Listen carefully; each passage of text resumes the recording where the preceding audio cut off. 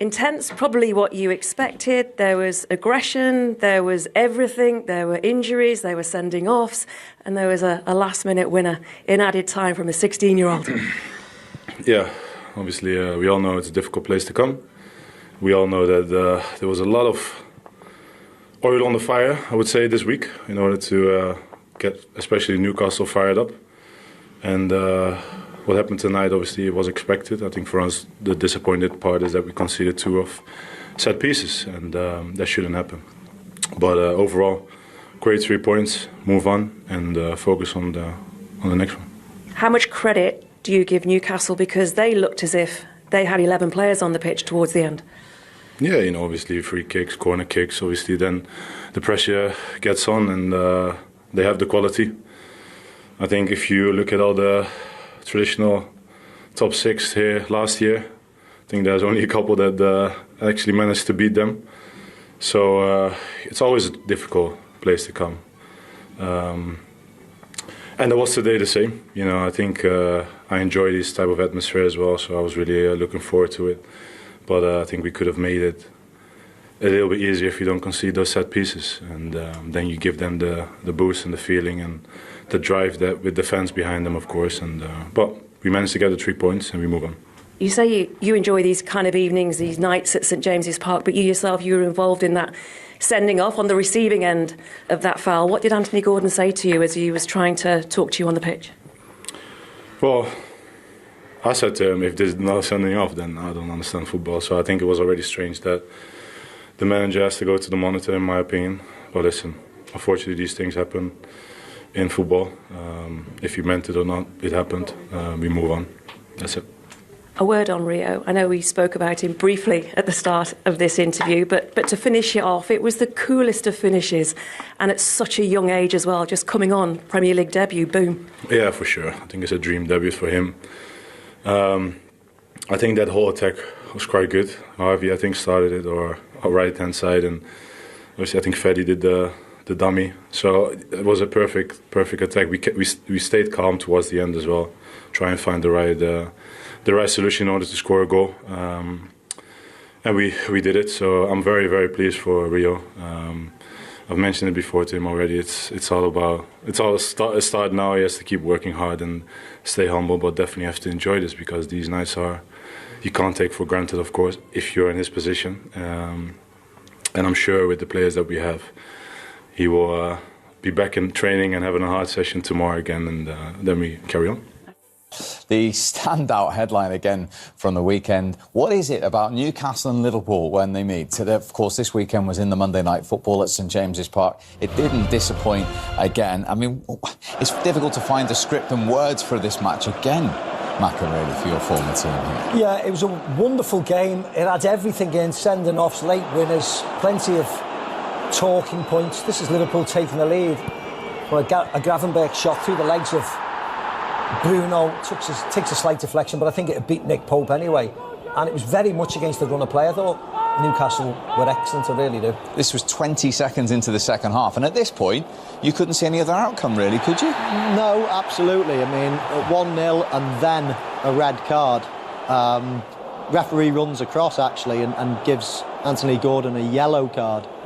But then VAR into his ear, go and have another look, quite clearly see the stud marks, quite clearly see that it was a high tackle, a dangerous tackle. Anthony Gordon was putting himself about, in the short space of time he was on the pitch. He was really working hard, and I think just excitement over exuberance got the better of him, Macca. Yeah, and this is the start of the second half, and you wanted Newcastle to keep it tight, be condensed, be hard to break down, and you can count the seconds yourself. Gakpo takes a shot, falls back into his path. Wrong to Ekitike, who smashes it in the back of the net. 2-2 for him if you're not including the Community Shield. And you thought that's it now, game, set and match, but little did we know. Yeah, that was such a lovely finish by Ekitike. Really precision and power. But as Macca says, you thought it was over. Kirkes at the back post, not covering himself in glory, worried about the man more so than the ball. And they got back in it, and that gave them the momentum. And this is just poor defending, really. I mean, one long pump down field.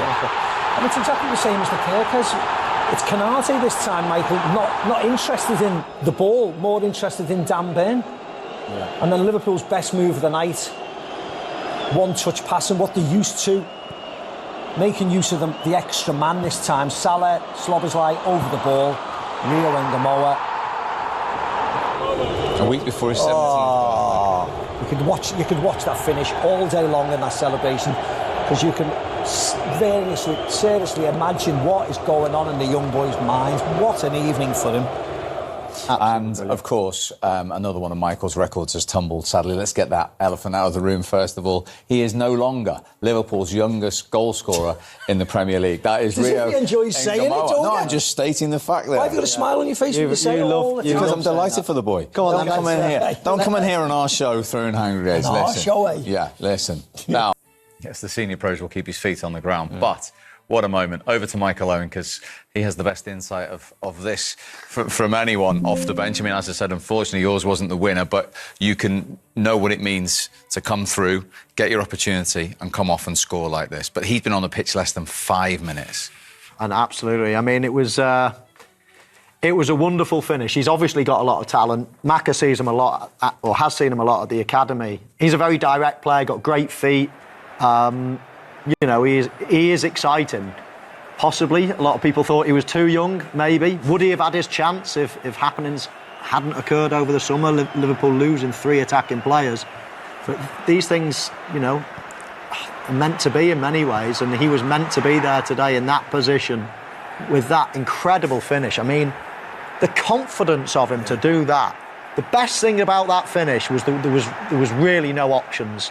The ball coming from that side on your right foot. It is a hard right foot, side foot finish into the far corner. There are no real options. Yes, you can pull it into the near post, but that really is the obvious option. So he didn't have anything on his mind other than, right, this is the finish, this is what I'm going to do. And the one thing you would say, Mo, he has scored a couple of goals in pre-season, which may or may not have helped. Massively helped. But the fact that he's played at Anfield... But that situation's different. That is a different situation. And Liverpool saved their best bit of football, their best move to the 100th minute. I mean, talk about getting out of jail, talk about getting out of trouble and rewriting a new game. You know, if they would have finished 2-2, you would have thought, you know, how on earth have Liverpool got away with a draw? And then they go and get 3 points out of it. No wonder Virgil kept on saying, we move on, because the more you focus on it, the more errors, the more questions you've got. And it was an incredibly strange performance, but an magnificent result. Very strange. I felt sorry for Newcastle. I really did. Everything went against Newcastle tonight, and then they concede in injury time like that. And we feel sorry for Mo as sort of year by year his records tumble. I mean, in fairness, you've held this one for a long time, but you have been knocked off your perch as Liverpool's youngest ever Premier League goal scorer. Maka almost made that graphic, by the way. 19 you were with research when you scored for the first time. Okay, well, why didn't you put it on there? They could have elongated it. Yeah. Well, Sean, the producer, does this, not me. Is that Sean? Was he a Newcastle fan? No, he's not a Newcastle. Hubbs is a Newcastle fan. But he's as your busy friend, I was crying, mentioning that you scored at 19. But yeah, he's beaten some names. And the good thing is, listen, players can be decent and showing a bit of form and showing some talent, and maybe at the end of the season there's nothing on it and they come on and they score the 5th goal in a 5. That was the real deal today. He'll always look back on that and think the feeling of scoring the winning goal, it wasn't just his first goal ever. It was so important. I know we're early on in the season. You don't want to be losing ground. Liverpool have got Arsenal next. All of a sudden, if they get beat there and they're 5 points behind, that's a lot of catching up. I know it's a long season. You don't want to be doing that. That is such an important goal for Liverpool. Forget who scored it, but that lad now... But we can't forget who scored it, because it's such a story, isn't it? Yeah, absolutely. He just picked up his GCSE results last week. It's amazing, isn't it? You had the youngster at Arsenal, of course, who's been very good for a while, and now you've got Rio doing exactly the same. OK, let's get some more reaction from St James's Park. Liverpool's first goal scorer returning after a suspension tonight. Ryan Gravenberch waiting to speak to us. Ryan, well done. I mean, what a win. What a game that was to watch. What on earth was it like to play in? Sorry? What on earth was that game like to play in? Yeah, it was crazy. But we know if you come here, this is a really tough place, a really good team. They're really physical, they fight till the end, and we saw that today. And Rio Ngumoha, we've just been talking about it. I mean, he picked up his exam results last week. To come on and do that ahead of his 17th birthday, I mean, it's fairy tale stuff, isn't it? It's crazy, yeah? I think for him it's a dream that come true. He worked really hard. You have seen him in pre-season. He did really well. And then if you do this today, can't be better. Ryan, well played. It's Michael Owen here. Obviously, you were missed in the first game. Lots of counter-attacks against Liverpool. You were there to solidify it. But you ended up scoring a goal as well. I thought you were going to shoot with your second touch, but you took another touch again and then delayed it. As soon as you hit it, did you think it was in? Yes, I think it was deflected. Just by a small someone. one? Yes. I wanted to shoot at first, but my touch was not that great, so I took an extra touch, and it was nice that it went in. Really happy with my first goal this season. Ryan, Steve McManaman here. I just wanted to ask, what was it like to play him? Because at times, Liverpool seemed to struggle against the 10 men of Newcastle. Yeah, we know what I said. We know Newcastle's a really tough team. We have seen it last season when we played here. Also in the final, we lost against them. So it's really tough, but I think, we have such a good fighting spirit, and then we fight till the end. And I'm happy we got the 3 points. Yeah, just even at this stage of the season, how big is that win, given the fact you've got Arsenal coming up next at Anfield as well? Yeah, really good feeling. Obviously, what I said, we know it's a tough place, so I'm happy that we have the 3 points, and we have to prepare for Arsenal because they are really good as well. Very well done. Thanks very much indeed for talking to us, Ryan. Cheers, Thank you. Ryan. Thank you. It's Ryan Gravenberch live at St James's Park. Here's the other side of the story. The Newcastle skipper, Bruno Guimaraes. There was a lot of emotion attached. There was a lot of noise. We obviously know what everybody is talking about right now if you're a Newcastle fan. With Anthony Gordon, did it just kind of tip over a little bit? Those emotions get the better of him? Yeah, he want to play. I think he want to play the ball. I think he called me later. I have not seen the video back. I don't know if it was for red card, but they have seen. So I think he want to help too much. I cannot say anything because I have not seen the video, to be honest with you. But yeah, I think sometimes you are so excited to play, you make some mistakes. This already happened to me, so we are with Gori for this moment.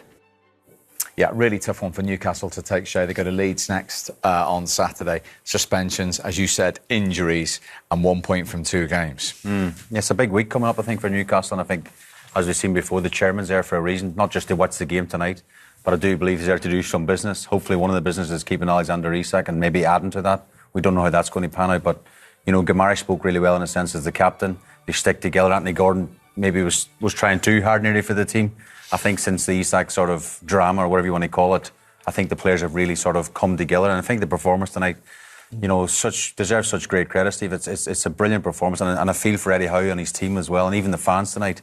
They didn't deserve to lose that game right at the end, but that's football, as they say. It's a tough night for them. I think it's fair to say as well, something like that, all the problems off the pitch with Isak, with Newcastle not really hitting the ground in the transfer market as well, it could have been a lot of frustration, but I think it is fair to say the club is really, really united at the moment. I mean, that was a fantastic performance. We say how poor Liverpool were, but Newcastle made them look poor at times as well, especially with 10 men. It was an incredible performance.